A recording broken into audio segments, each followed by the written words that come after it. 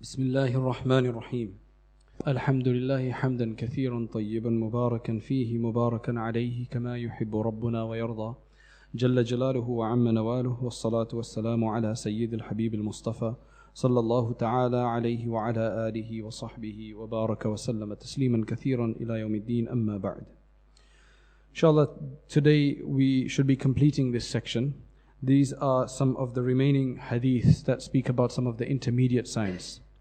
There's a very large hadith at the end that's related from Ali radiallahu anhu, which seems to comprise of all of these different signs. So inshallah, these are some of the ones that were left out from the last few sessions. The first one is a hadith that's related by Ibn al-Munadi from Ali karramallahu wajha. As you know, with Ali radiallahu anhu, we say karramallahu wajha. You can say radiallahu anhu as well, but karramallahu wajha, may Allah ennoble his face. And the reason for that is that some of the munafiqeen at the time, or the Jews, some of them used to say sawwadallahu wajha, for some reason, specifically about Ali radiallahu anhu, that may Allah blacken his face. So we say no, may Allah ennoble his face. And the person whose face will be ennobled in the hereafter will be bright. Even in this world it's bright. So he relates in this hadith that لَيَأْتِيَ عَلَى النَّاسِ زَمَانٌ يَكُونُ فِيهِ إِسْتِشَارَةُ الْإِمَاءِ وَسُلْطَانُ النِّسَاءِ وَإِمَارَةُ السُّفَهَاءِ. There will come a time upon the people in which people will consult with slave girls.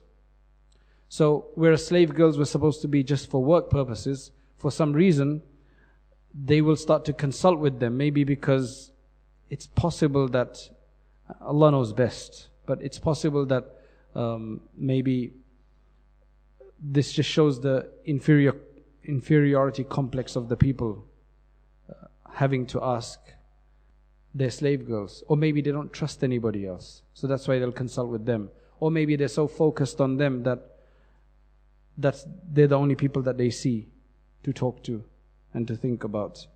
Wallahu alam, Allah knows best. Sultanun Nisa, the governance will be of women. Women will become leaders. Wa imaratu sufaha, and the leadership, the amirs of the people, they will be the foolish, the ignorant. See, it says Sultanun Nisa. Sultan means power. Sultan doesn't have to mean imara. Means the amir, the leader. The sultan doesn't have to mean that. Sultan means power. Sulta means power. So Sultanun Nisa, women will have power. So this could mean that even if there's a male person, there'll be women behind who will have power to influence. There has been cases like this. They say that about Shah Jahan, that his wife had power behind him. And there were many other leaders in our history where the man was, the husband, the man, whoever it was just the puppet or whatever you want to call it. And it was his wife or his mother or somebody that was controlling the whole thing. It doesn't mean that it has to be a bad thing necessarily, right? Because sometimes the man may be foolish, but he's got the kingdom, so at least he's got a wise wife maybe. Wallahu alam. It doesn't have to be, it's just in many cases it will be like that though. So, Sultanun Nisa Imaratu Sufaha. لا تقوم الساعة حتى يتحول شرار أهل الشام إلى العراق وخيار أهل العراق إلى الشام. Allah knows best what this one means, but Ibn Abi Shaybah has related this from Abu Umama radiallahu anhu. You know, some of this stuff, we're just relating it. If something happens in the coming years, we may be able to relate back to this and understand what it's all about. The way the Prophet sallallahu alaihi wasallam and his words, they could apply in different ways in different places. Some of these things we may not understand, and I don't want to speculate on things. So this one says that the day of judgment will not occur until the evil people of Sham will move to Iraq, and the good people of Iraq will move to Sham. Sham is primarily Damascus and surrounding area, much of Syria, parts of maybe Lebanon and other areas. So Sham. There is obviously a lot of turbulence going on, so Allah knows best what exactly this means. The next one is related from Abu Nasr as-Sijzi and Abu Nu'aym from Umar radiyallahu anhu. So he relates, سيصيب أمتي في آخر الزمان بلاء شديد لا ينجو منه إلا رجل عرف دين الله فجاهد عليه بلسانه وبقلبه فذلك الذي سبقت له السوابق ورجل عرف دين الله فصدق به. My ummah, the Prophet ﷺ said, my ummah, in the final times of my ummah, severe calamity will afflict them. A severe calamity will afflict my ummah in the final times. And from it, nobody will have salvation. Nobody will escape from it, except the one who knows the deen of Allah.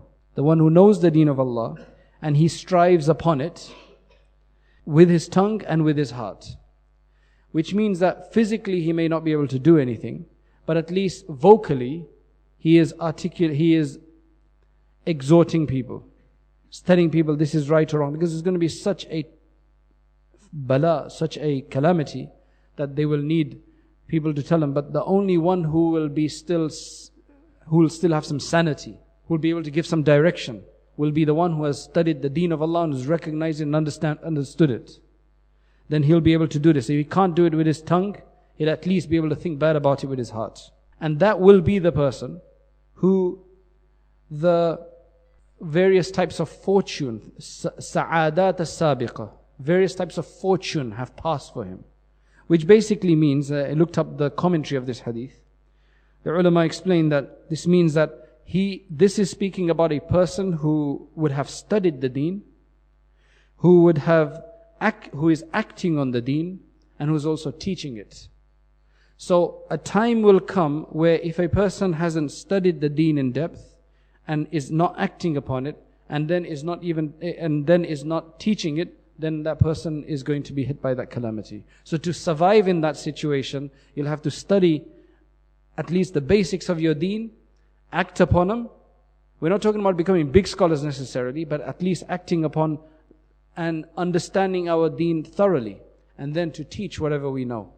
So even if that's teaching our children, teaching our neighbors, teaching others, just spreading the deen. Otherwise, if we don't do that, it will become such that nobody will say anything and the deen will diminish. And the calamity will afflict everybody. Because can you imagine if nobody said anything to anybody? Right now, our brothers, they go out to call people for salat. Imagine if nobody did that. Because when we go to call out people for salat, if there's 100 people who are not coming, at least 2 will come. That's at least 2. But if nobody went, then even those 2 will not come. So the fact is that if we say that we're not having success, we are having some success. It's better than no success at all. It's better than just leaving it. Because it's a hukm. It's important. The next one is a hadith, again related from Sulami, from Ali radiyallahu anhu, karramallahu wajha. يَأْتِي عَلَى النَّاسِ زَمَانٌ. Actually, the last part of the previous hadith was, and the other person is who has understood the deen of Allah and who then confirms that deen. So he's strong on his deen. So strength in your deen is going to be extremely important in those times. And these are definitely some of those times. Yes, the next one is يَأْتِي عَلَى النَّاسِ زَمَانٌ هَمُّهُمْ بُطُونُهُمْ وَشَرَهُمْ مَتَاعُهُمْ وَقِبْلَتُهُمْ نِسَاؤُهُمْ وَدِينُهُمْ دَرَاهِمُهُمْ وَدَنَانِيرُهُمْ أُولَٰئِكَ شَرُّ الْخَلْقِ لَا خَلَاقَ لَهُمْ عِنْدَ اللَّهِ. A time will come upon the people when their major concern, همهم, their concern will be their stomachs. So it's just about how I'm going to fill my stomach, and not how I'm going to fill my stomach, but how I'm going to become obese. In fact, now what it is that you have to spend money not to be obese. Because most of the food is so unhealthy that you can buy for cheap, that you have to spend more money on brown bread is more expensive than white. Even though white has gone through a process, whereas the brown would not have. But you have to pay more for the brown one, which is supposed to be the healthier one. That's if you even think about that. If you want organic stuff, which is supposed to go back to nature, without having all of the chemical and genetic modifications and chemical fertilizers and so on, you have to pay more money. And that's in short supply. So if a person is getting too big because he's not eating the right foods or too much of some food, then they have to spend more money in medicine afterwards. So, in every way you look at this, There's a concern for the stomach. Those who haven't built up their stomach yet, then it's about filling it. And those who have, then it's about taking it off. It just sounds like such an evil picture, doesn't it? وَشَرَهُمْ مَتَاعُهُمْ. Sharah means gluttony. Gluttony, an avid greed and desire for something. So their greed, their desire, they will be gluttonous, ravenous for possession. مَتَاعُهُمْ, their possessions. And وَقِبْلَتُهُمْ نِسَاؤُهُمْ. Their qibla, their direction, their focus will be their women. So this is not saying that there's anything wrong with their women. It's the problem is them, that they're so focused on their women that that's all they're focused on. Enjoying. All of this stuff is about enjoyment, as you can see. The stomach and the private parts. وَدِينُهُمْ دَرَاهِمُهُمْ وَدَنَانِيرُهُمْ. And their deen will be their dirhams and dananirs. That's dollars and cents. That's that's your pounds and pence. That's your francs and euros and yens and whatever you want to call it. That's dinar and dirham. That's their deen. Everything they do in their life will be about how to get more of this, how to preserve it, how to increase it, and how to invest it. I mean, this is literally speaking about a hedonist capitalist system. أُولَٰئِكَ شَرُّ الْخَلْقِ. These will be the worst of people.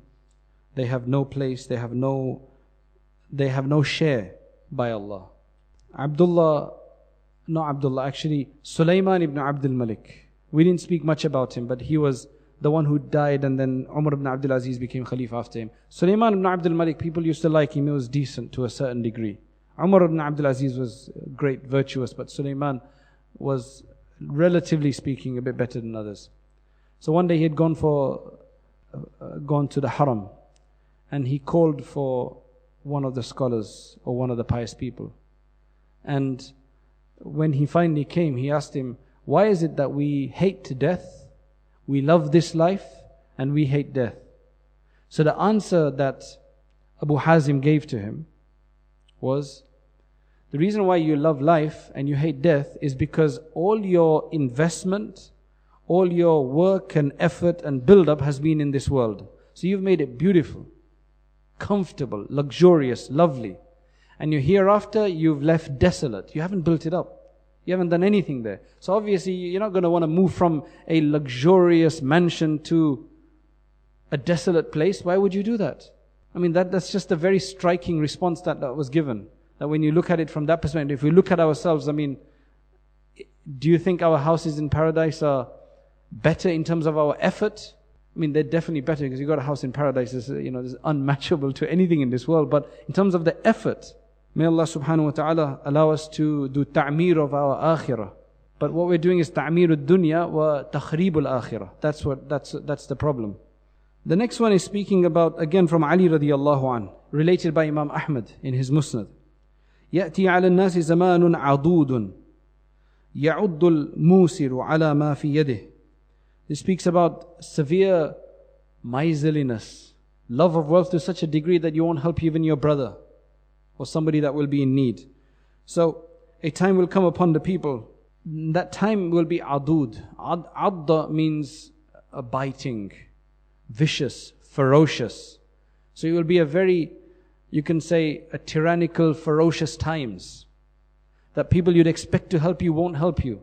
Because although you see even nowadays, people have money, but they won't borrow it to you, they won't loan it to you, because they want to invest it.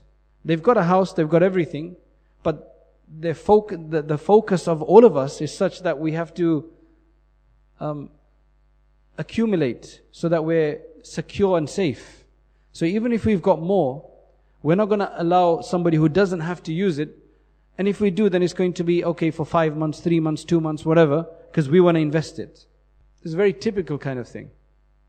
It's not that we give it to them and invest it in our hereafter. It's just that yaqeen is missing. Because if we had the conviction that if I give it to them, Allah will provide, then we'll give it. But because we're focused on our wealth working for us, the dinars and dirhams, then we want to make sure that we put it somewhere. Now, يَعُدُّ الْمُوسِرُ. The wealthy person in that time will يَعُدُّ, which means he will bite hard, cleave onto. Like a dog will cleave onto a piece of meat that he finds. On those things which are in his possession, he will cleave onto them, won't want to give them to anybody or share them with anybody. Okay, now let's look at the long hadith, and then this will end, inshallah, this section. This is a hadith again related from Ali karramallahu wajha, which has most of the signs of these intermediate ones. So Ali radiallahu anhu said that the Prophet sallallahu alayhi wasallam said that min iqtirab as-sa'a idha ra'aytum an-nas ada'u as-salah wa ada'u al-amana wastahallu al-kaba'ir wa akalu al-riba wa akalu al-rasha wa shayyadu al-bina واتبعوا الهوى وبايعوا الدين بالدنيا واتخذوا القرآن مزامير واتخذوا جلود السباع صفافا والمساجد طرقا والحرير لباسا وأكثروا الجور وفشى الزنا وتهاونوا بالطلاق وأتمن الخائن وخون الأمين وصار المطر قيضا والولد غيظا وأمراء فجرة ووزراء كذبة وأمناء خونة وعرفاء ظلمة وقلت العلماء وكثر القراء وقلت الفقهاء وحليت المصاحف وزخرفت المساجد وطولت المنابر وفسدت القلوب واتخذوا القينات واستحل المعازف وشربت الخمور. And then he carries on, but I'll just do that much for now. It says, from the signs of the closeness of the Day of Judgment is when you see people, they will do ida'atul salah. Allah says this in the Quran as ada'u salah. Ada'a, diya means to waste away. To, not to destroy, but to let it waste away. To kind of destroy it slowly. Right? You've got something, but you allow it to wither, and you do not look after it properly. So ada'u salah. It's not that they will abandon salat completely. But initially, what will happen is they will do ida'atul salah. Ida'atul salah means they'll go for it late. When they do pray, there'll be no concentration. They won't care if they've made a mess of it. They won't care if they've made mistakes in it. They won't go and try to find out so that they have to repeat it or not. It'll be okay even if they discovered halfway through the salah, maybe my wudu was broken or not. They'll just carry on. So the concern to have a good salat will have left them. They won't abandon it. They will be maybe regular on their salats for those who are regular. But even those who are regular, they will not do it properly. So it will not have a spirit. So they will waste it away. Ada'u salat comes first, then comes tarkus salah. May Allah subhanahu wa ta'ala give us the tawfiq to make our salats beautiful. So the ada'u salat, wa ada'u al-amana. And they will also be negligent and lenient about trustworthiness, about trusts that they should be keeping. Before, when it would have been that if somebody gave you something to look after and keep, you would really treat it with a lot of security. But now you'll think, oh, it doesn't matter, he won't mind, whatever. You might take some of it, you might use it, you might not give it back. You won't be as secure about it as you should be. وَاسْتَحَلُّ الْكَبَائِرِ. Major sins will be made halal and considered halal and lawful. وَأَكَلُوا الرِّبَا. And they will consume usury and interest, which obviously we see happening in various different forms. And if somebody doesn't consume it, then what they do is they have interest-bearing accounts, and then they take that interest and then they give it out to the poor. That I completely disagree with, because at the end of the day, you are in a usurious transaction. Yes, you're getting rid of it afterwards, but you've done the act already. And then they come up with these justifications that these banks will use your money against the Muslims. Which bank have you got documented evidence that has used your money against the Muslims so that you have to put your money in there and take the interest? So if you are going to use a bank, use a current account. وَأَكَلُوا الرَّشَى. They will consume rishwa. Rishwa is bribery.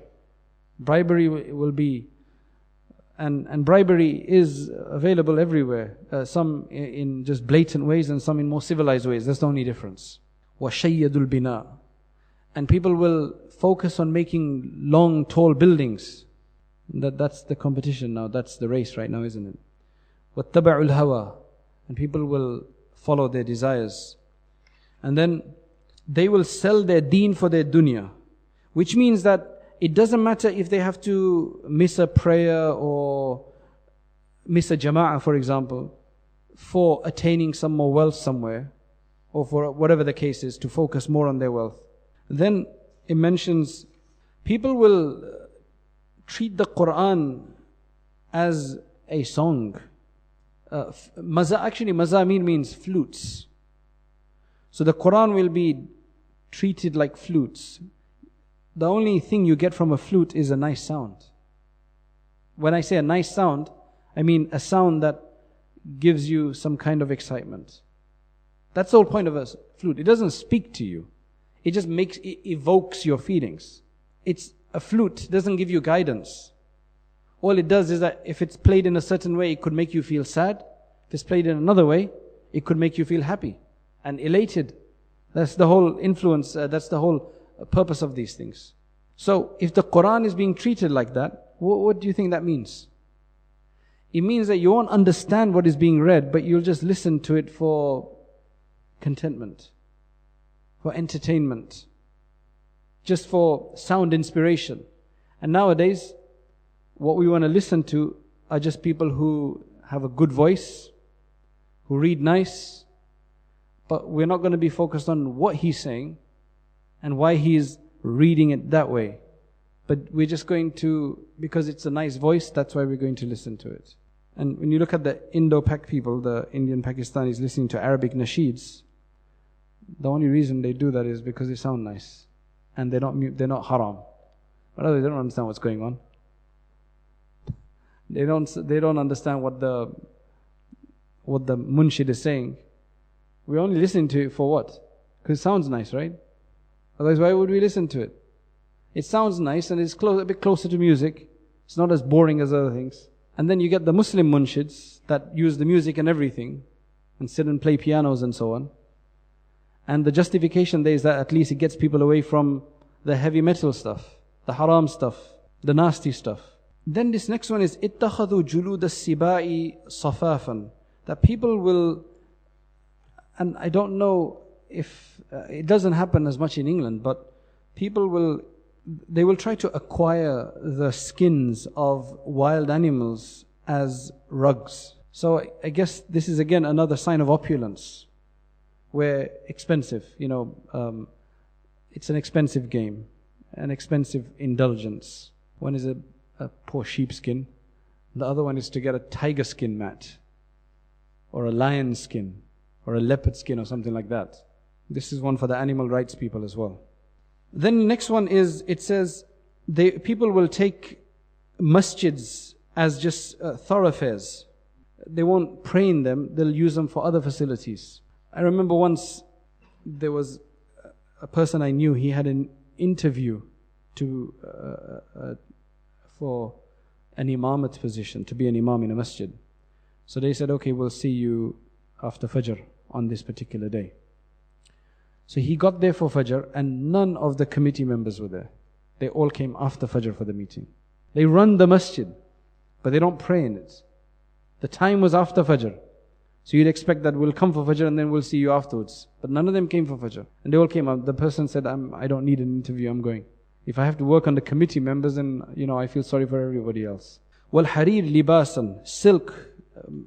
People will increasingly use silk for their clothing, where it's not for men to use silk, it's only for women in this world. And dhulm and tyranny, other forms of oppression will become abundant. Zina and fornication will become widespread. People will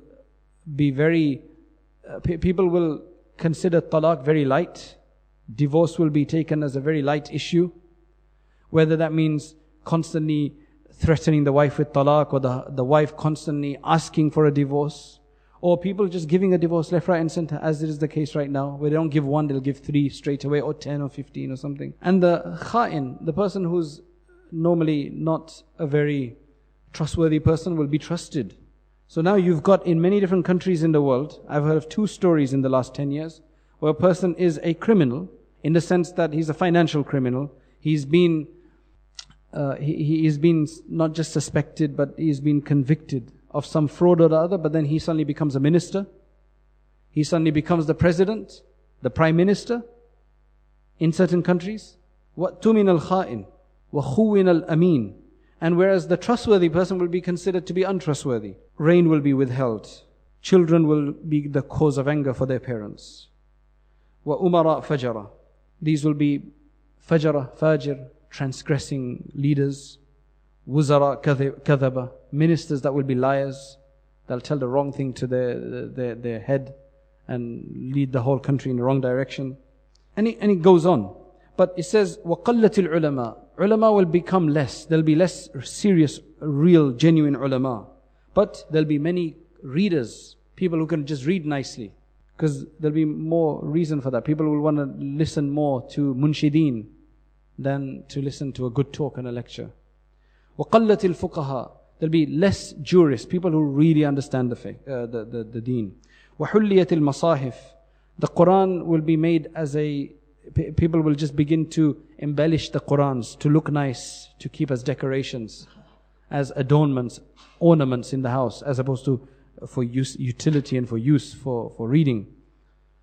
زُخْرِفَتِ الْمَسَاجِد. The masajid will be embellished because lots of money will embellish the masajid, but they will be devoid of hidayah and guidance. طُوِّلَتِ الْمَنَابِرِ.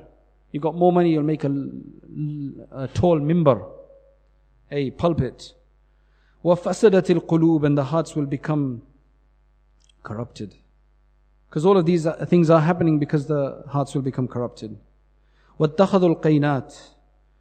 And people will take singing women. They will constantly bring them on, hire them. وَاسْتُحِلَّتِ الْمَعَازِفِ. Singing instruments, musical instruments will be made permissible, considered lawful. شُرِبَتِ الْخُمُورِ. Intoxicants will be consumed openly and commonly. وَعُطِّلَتِ الْحُدُودِ وَنُقِصَتِ الشُّهُورِ. These are a few other things the Prophet ﷺ is saying here, which is that the hudud means the Islamic penal system. Cutting the hand off, an eye for an eye, qisas, murder, taking the life of the murderer. This will all be done away with, which means that will no longer happen. So now, imagine for so many centuries in the Muslim countries, this used to happen, and then now it no longer happens except in Saudi Arabia. Can you imagine that out of the whole world, Saudi Arabia is the only place, I think, where this happens? It happened for a while in Afghanistan, I think, but in Saudi Arabia is the only place it happens. Saudi plays a very ajib role in the world. They've got a lot of these ahkam of the dunya, ahkam of Islam. But somehow, they've also made friends in a political way where they don't get condemned too much. So I don't know, Wallahu alam. The one thing is, alhamdulillah, they make khidmah of the hujjaj. So maybe they're getting the dua of the pilgrims, Wallahu alam. May Allah preserve the haramain. So, yes, so these hudud will not be fulfilled. Nuqisat ash-shuhur, which means that many of the months will come to be 29 days as opposed to 30. Now I'm not sure, I don't follow that too much, but I'm not sure if that's already happening or how much that's happening. Nuqidat al-mawathiq, which means that when people make deals with others, they'll break them. Treaties will be broken. People won't have that respect for that anymore. Raqiban nisa al-barazin. This is an interesting one. A birzon is an animal, a riding animal. So women will start to ride animals, right? That's a sign. They'll do it to copy men. Not because they need to, but they'll do it to copy men. And don't talk about driving cars, because I think if women are going to go out, they'd rather go driving a car than walking or taking the bus, because there's more protection in that, right? I haven't seen any women with cabriolets with, the hood down and blazing down on the highway. I haven't seen that yet. Inshallah I won't. Showing off. Men shouldn't even do that. حَلَفَ بِغَيْرِ اللَّهِ. People will begin to swear an oath with other than Allah. Meaning, the reason you swear with Allah is because both of you respect that. Both of you honor Allah. That's why we say, I swear by Allah. But you'll start swearing by other things because there'll be more respect maybe for those things, or more attention towards those things. So people will swear by the head of the sultan, of the king, or my father, my mother, or something else. In fact, what some ulama mention is that people won't be trusted if they swore on Allah. People will no longer be trusted if they swore on Allah, because they'll say, oh, everybody swears by Allah, and they don't mean it. It'll become so light. So they'll make you swear by your mother, because they know that you won't say that just like that. So it means that swearing just like that will become so much, swearing, taking oaths by Allah will, like, wallahi, wallahi, wallahi, will become so common that people will no longer trust you if you say, I swear by Allah. So it'll make you swear by something else that they know is dear to you. The other one is, yes, men will emulate women and women will emulate men. وَشَهِدَ الرَّجُلْ مِنْ غَيْرِ أَنْ يُسْتَشْهَدَ. People will go to give witness when they haven't even been called to give witness. Because they'll say, I'll say whatever you want. No problem. I'll say whatever you want. وَكَانَتِ الزَّكَاةُ مَغْرَمًا وَالْأَمَانَةَ مَغْنَمًا. Zakat will be considered as a tax. So people will find it very difficult to pay zakat. And amana, somebody gives you something to look after, some trust, that will be made into booty. You'll enjoy it. Enjoy indulging in it and spending it. وَأَطَاءَ الرَّجُلُ إِمْرَأَتَهُ وَعَقَّ أُمَّهُ وَقَرَّبَ صَدِيقَهُ. We've read this as well, which has to be read together, that a person will be obedient to his wife and he'll be disobedient to his mother. And he will bring closer his friend and he will distant his father. وَصَارَتِ الْإِمَارَاتِ مَوَارِيث. Rule, leadership will become a hereditary thing, which means that people say, oh, that's his brother, so he should be the next king or the next leader. This is his son, so he's got the right. Not that we're going to look for the one who has the most capability to lead the state. Many of these things we've seen before, they may not be like as the same thing right now. وَسَبَّ آخِرُ هَذِهِ الْأُمَّةِ أَوَّلَهَا. And the last of this ummah will curse the earlier people. So you've got groups of people who will curse the Sahaba. They will curse earlier people saying they didn't know anything. We know we're more enlightened. وَأُكْرِمَ الرَّجُلِ اتِّقَاءَ شَرِّهِ. A person will be honored only because you're fearful of him harming you. That's why you'll honor the person, otherwise you won't. وَكَثُرَةِ الشُّرْطِ وَصَعِدَةِ الْجُهَّالَ الْمَنَابِرِ. كَثُرَةِ الشُّرْطِ. We read that one before, which is that there'll be abundant police and security and intelligence personnel. In some Arab countries, every third person is one. Seriously. You go to speak to somebody about something, they won't speak to you because you might be, or they might be, or you might be and they might be. وَلَبِسَ الرِّجَالِ تِيجَانِ. Men will start to wear crowns.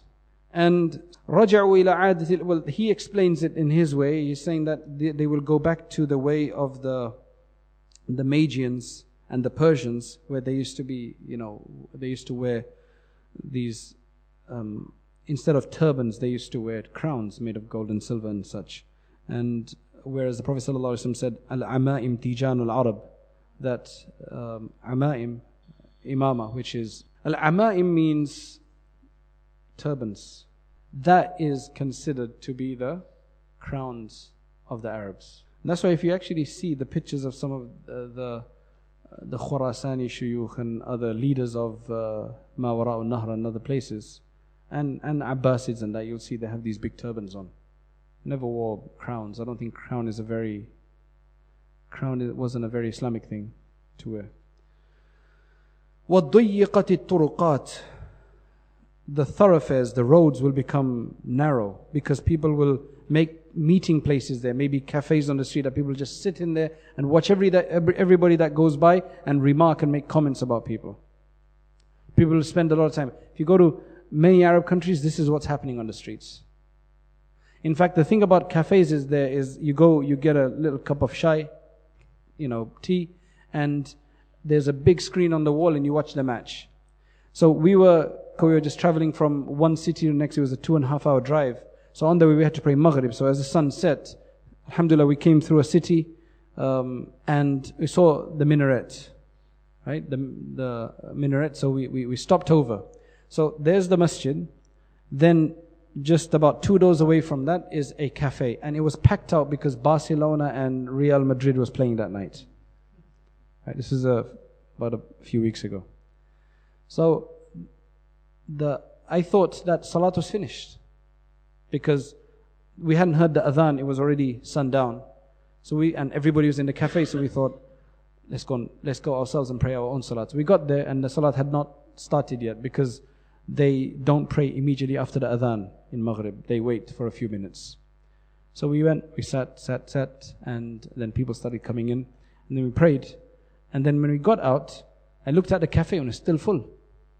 That Real Madrid and Barcelona was a lot more important than Maghrib Salat. And it was only next door, he could have popped in and popped back. That would have been the wise thing to do, at least in that case. I mean, one is you hide and do it, but the other one is that everybody does it and you don't even feel shy about it. One is, if you don't hear the adhan and you delay your salat, I can understand. You haven't heard the adhan, but you're hearing the adhan, it's calling and you're not going. Subhanallah, I mean, there has to be something about it. And this is not just, this is the case if you look at some of these cities in the Muslim world and the number of masajid, if everybody went to the masajid, there'd be a lot more masajid than there are. Like for example, if you look at but Cairo, it's supposed to have 200 masajid around the old city area.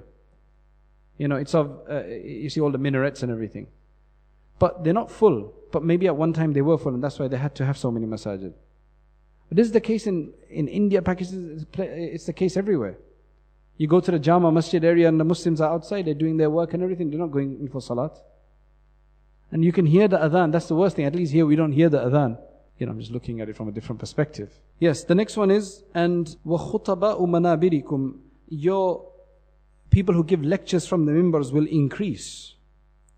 Meaning, this will become a post, a government post as such, or something that pays well. And because of that, it mentions that you will see in certain masajid, one single masjid, more than 20 khatibs. Everybody kind of pushing each other to see who can go and give the lecture. Clearly, we don't have that problem right now, I don't think. It's difficult to find a replacement when the imam is not there. Right? Your ulama will become inclined to your leaders so that they will give fatwas according to them and they will no longer be independent anymore.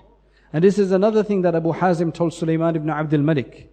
He said, then your ulama will study knowledge so that they can earn by dinars and dirhams. So you will take the Quran as a means of tijara. You will only read the Quran, people will only read the Quran if they're going to get something out of it, otherwise they won't read the Quran. And then you will be negligent of the haqq of Allah in your wealth, which means you won't give zakat, you won't give sadaqah, but it's the haqq of Allah, it's the right of Allah in there, but you won't give that. And your wealth will then become confined in the hands of the worst of your people. So the richest people will be your worst of people. وَقَطَعْتُمْ أَرْحَامَكُمْ, you will cut the ties of kinship, you won't be good with your family members. وَشَرِبْتُمُ الْخُرُورِ فِي نَادِيكُمْ, you will drink intoxicants within your meetings openly, it won't be a problem anymore, it will be a stylish thing to do. وَلَعِبْتُمْ بِالْمَيْسِرِ, you will gamble, you will begin to gamble and play with gambling toys. وَضَرَبْتُمْ بِالْكَبْرِ وَالْمَعْزِفَةِ وَالْمَزَامِيرِ, you'll start to play with musical instruments. واختلفت أهواؤكم وصار العطاء في العبيد والسقات وطففت المكاييل والموازين, people will give less weight. And what we were discovering is that nowadays things are becoming expensive. So when you buy, for example, fun size bars, so before you would have got them this size, this many, now you get them for the same price but there's less in them now. Right, so that's the new way of doing it. But people are so used to buying a fun size, you don't know that 3 years ago you'd get more, but now you'll get less. And bars are becoming smaller and so on and so forth.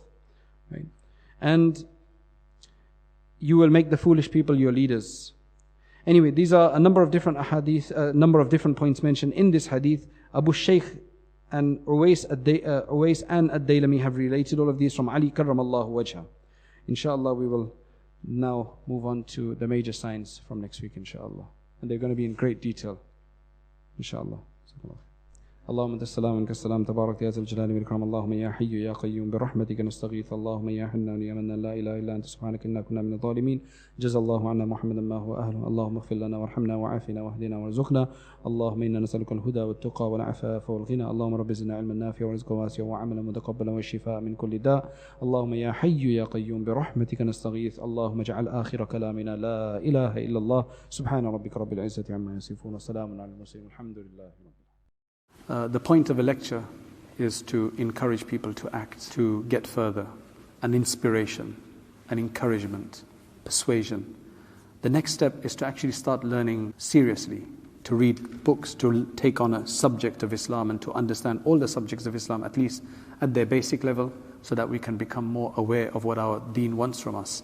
And that's why we started Rayyan courses, so that you can actually take organized lectures on demand whenever you have free time, especially, for example, the Islamic Essentials course that we have on there, the Islamic Essentials Certificate, which you take 20 short modules, and at the end of that, inshallah, you will have gotten the basics of most of the most important topics in Islam, and you'll feel a lot more confident. You don't have to leave lectures behind. You can continue to leave, to listen to lectures, but you need to have this more sustained study as well. Jazakallah khairan. Assalamu alaikum wa rahmatullahi wa barakatuh. The point of a lecture is to encourage people to act, to get further, and inspiration, and encouragement, persuasion. The next step is to actually start learning seriously, to read books, to take on a subject of Islam and to understand all the subjects of Islam, at least at their basic level, so that we can become more aware of what our deen wants from us. And that's why we started Rayyan courses, so that you can actually take organized lectures on demand whenever you have free time, especially, for example, the Islamic Essentials course that we have on there, the Islamic Essentials Certificate, which you take 20 short modules, and at the end of that, inshallah, you will have gotten the basics of most of the most important topics in Islam, and you'll feel a lot more confident. You don't have to leave lectures behind. You can continue to leave, to listen to lectures, but you need to have this more sustained study as well. Jazakallah khairan. Assalamu alaikum wa rahmatullahi wa barakatuh.